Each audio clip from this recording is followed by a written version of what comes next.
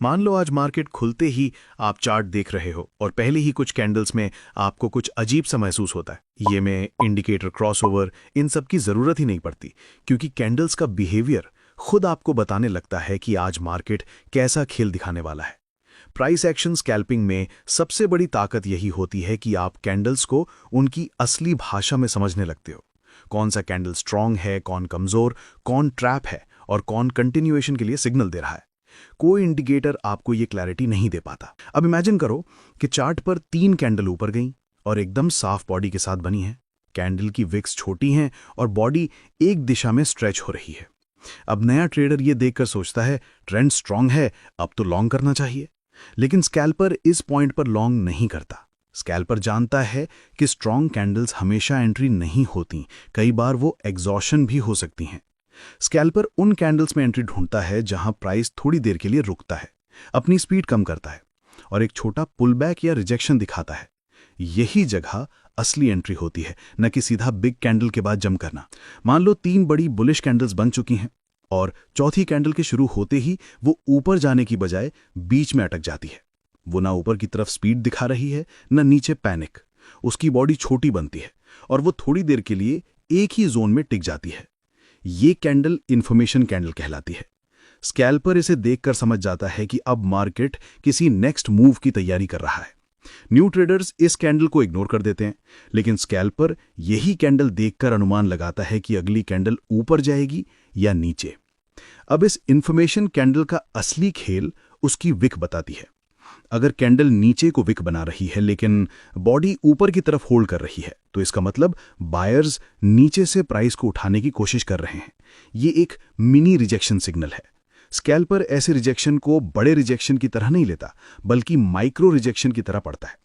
Micro rejection scalper को बताता है कि अगली कैंडल में एक छोटा पुश मिल सकता है, 3-5 पॉइंट्स का, जो स्कैल्पर के लिए परफेक्ट प्रॉफिट होता है।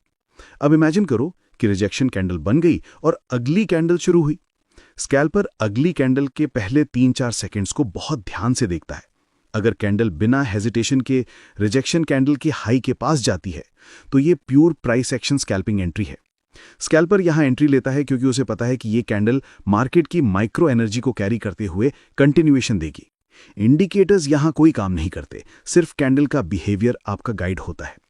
अब एंट्री के बाद एक और प्राइस एक्शन का रूल खेल में आता है, बॉडी स्ट्रेंथ।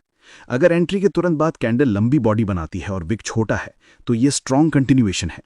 स्कैल्पर इस कैंडल को देखकर आराम से प्रॉफिट को चलने देता है, लेकिन सिर्फ छोटे टारगेट तक, क्योंकि स्कैल्पिंग में प्राइस एक्शन का कंटिन्यूएशन कभी ज्यादा देर नहीं टिकता। अगर कैंडल की बॉडी एंट्री के बाद हाफ वे में ही छोटी होने लगे या विक बनने लगे, स्कैल्पर तुरंत एग्जिट कर देता है। कैंडल की वीक बॉडी उसको सिग्नल देती है कि मूव खत्म हो रहा है। अब हम एक थोड़ा ट्रिकी मूवमेंट पर आते हैं, फॉल्स ब्रेकआउट। इमेजिन करो प्राइस एक छोटा सा हाई तोड़ता है, लेकिन कैंडल स्ट्रांग नहीं बनती। बॉडी छोटी है लेकिन विक लंबी है। यह साफ ट्रैप सिग्नल है। न्यू ट्रेडर्स सोचते हैं कि ब्रेकआउट हो गया, एंट्री ले लेते हैं। स्कैल्पर इस कैंडल को ट्रैप की तरह पढ़ता है और एंट्री अवॉइड करता है। प्राइस एक्शन में विक हमेशा मार्केट का साइकोलॉजी दिखाती है। लंबी विक का मतलब बायर्स ने पुश किया लेकिन सेलर्स ने ऊपर से धक्का मारकर प्राइस नीचे भेज दिया। स्कैल्पर ऐसे मोमेंट्स को दूर से ही पहचान लेता है और कहता है ये ब्रेकआउट नहीं, ये ट्रैप है। अब एक और पावरफुल माइक्रो बिहेवियर आता है, इनसाइड कैंडल। ये वो कैंडल होती है जो पिछली कैंडल की बॉडी के अंदर ही बनती है। ये कैंडल टेल्स यू कि मार्केट अभी डिसाइड कर रहा है कि आगे क्या करना है। न्यू ट्रेडर्स इस कैंडल को बोरिंग समझकर इग्नोर कर देते हैं। स्कैल्पर इस कैंडल को अपॉर्चुनिटी का संकेत मानता है। इनसाइड कैंडल्स के बाद सबसे साफ माइक्रो मूव्स आते हैं। स्कैल्पर इनसाइड कैंडल के ब्रेकआउट पर एंट्री लेता है, लेकिन सिर्फ तब जब ब्रेकआउट वाली कैंडल की बॉडी स्ट्रांग बने। बॉडी वीक बनी तो नो ट्रेड, स्ट्रांग बनी तो इंस्टेंट एंट्री। यही प्राइस एक्शन स्कैल्पिंग का कोर है। कैंडल की बॉडी, विक और स्पीड आपके सबसे बड़े इंडिकेटर हैं। अब इमेजिन करो कि आपने एक इनसाइड कैंडल ब्रेकआउट पकड़ा है। एंट्री के बाद प्राइस मोमेंटम पकड़ता है, लेकिन सिर्फ 3-4 पॉइंट्स के लिए। आप छोटे मूव्स पकड़ते हो और मार्केट के बड़े ट्रैप से दूर रहते हो। प्राइस एक्शन आपको वो क्लैरिटी देता है जो कोई इंडिकेटर कभी नहीं दे पाएगा। कैंडल खुद बता देती है कि कहां बायर्स एक्टिव हैं, कहां सेलर्स पैनिक कर रहे हैं और कहां मार्केट केवल नॉइज बना रहा है। अब एक सिचुएशन देखते हैं जहां प्राइस अचानक बेचैन होने लगता है।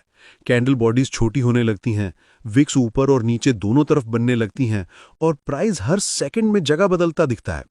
स्कैल्पर ऐसी सिचुएशन देख के समझ जाता है कि ये नो ट्रेड जोन है।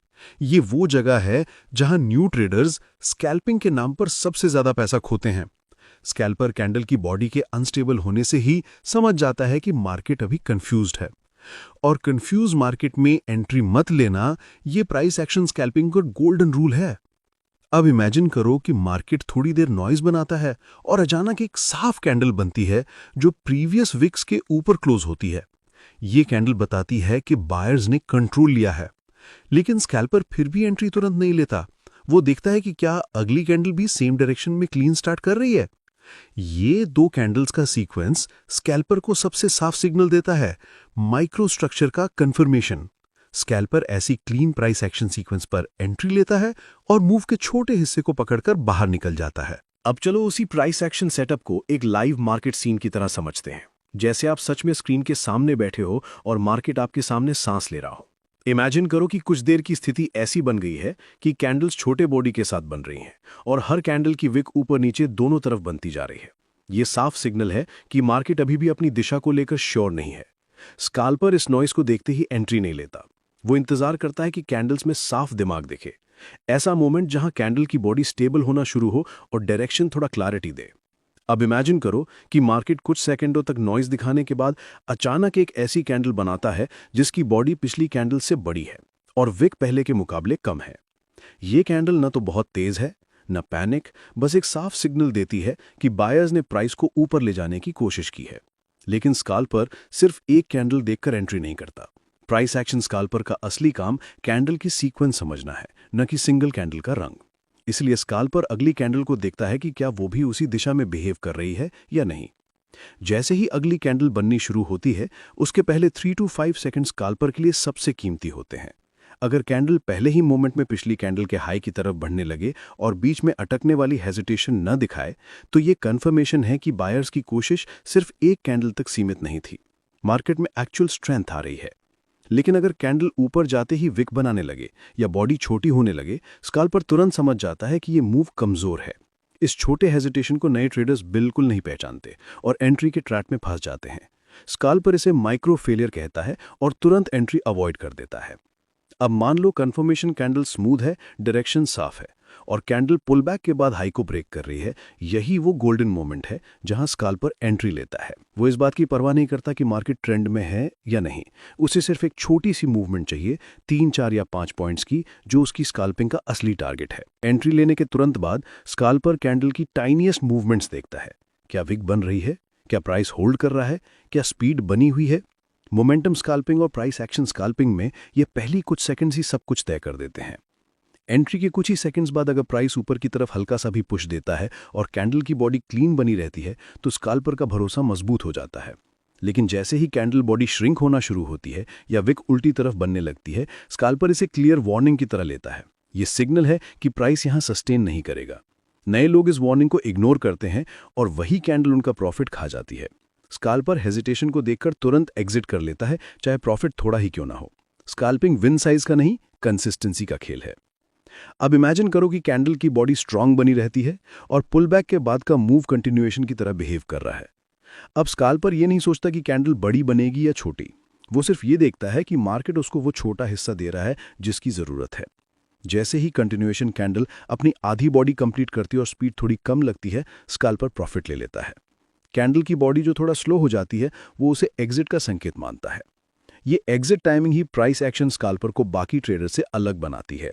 दूसरों को और मिलेगा का लालच होता है, स्कैल्पर सिर्फ आज इतना काफी है कहकर निकल जाता है। अब आखिर में एक बहुत जरूरी बात, no trade recognition. Price action scalper जानता है कि हर कैंडल अपॉर्चुनिटी नहीं होती।